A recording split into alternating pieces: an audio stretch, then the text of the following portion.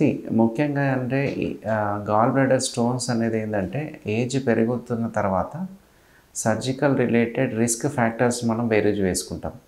So ఎవరికైతే for example gall bladder stones ఉన్నంత మాత్రాన సిమ్టమ్స్ లేనిచో మేము అబ్జర్వ్ చేయమని చెప్తుంటాము. ఈవెన్ 60-65 ఇయర్స్ ఉన్నా కానీ. బట్ ఒక్కొక్కసారి ఏమవుతుందంటే పేషెంట్ కాంప్లికేషన్స్లో ల్యాండ్ అయినప్పుడు ఒకవేళ గాల్ బ్లాడర్లో చీము అట్లా చేరినప్పుడు స్టోన్ స్ట్రక్ అవ్వడం వల్ల అండ్ వేరే ఆప్షన్ లేనప్పుడు అప్పుడు ఎమర్జెన్సీ ద్వారా గాల్ బ్లాడర్ సర్జరీ చేయాల్సి వస్తుంది.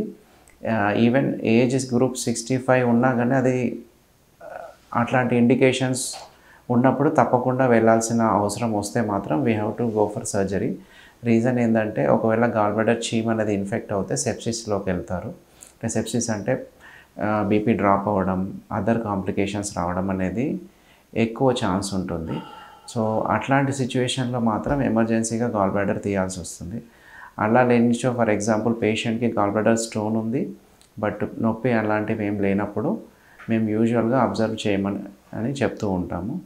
కానీ కొన్ని సిచ్యువేషన్స్ ఏమవుతాయనంటే పేషెంట్కి risk factors like diabetes, blood pressure, కొంతమందికి హార్ట్ స్టెంట్ వేసిన వాళ్ళకి, ఇట్లాంటి వాళ్ళకి అప్ఫ్రంట్ డైరెక్ట్ సర్జరీ తీసుకోవడం అనేది చాలా రిస్కీ ఉంటుంది.